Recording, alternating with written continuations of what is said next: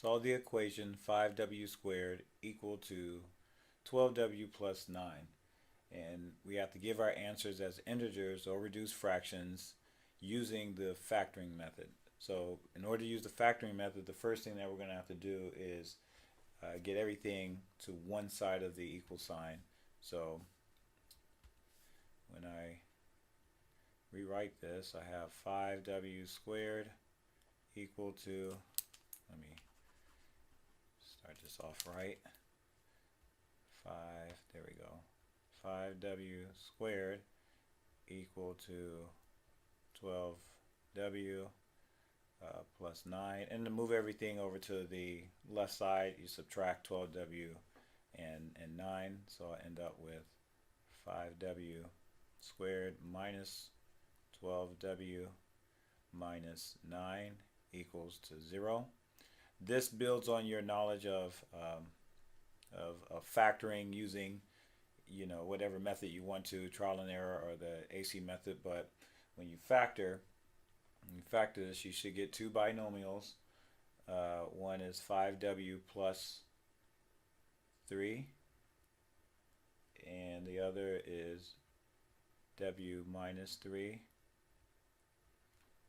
equal to 0. If you wanted to check this, you can simply go back through the FOIL method to see if I multiply quantity 5w plus 3 times w minus 3, I should end up with what I started with, 5w squared minus 12w minus 9.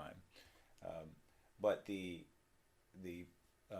solve this problem, to solve this equation, we need to set these equal to 0, because let's see, 5w equal to 0, and then the other one would be w minus 3 equal to 0.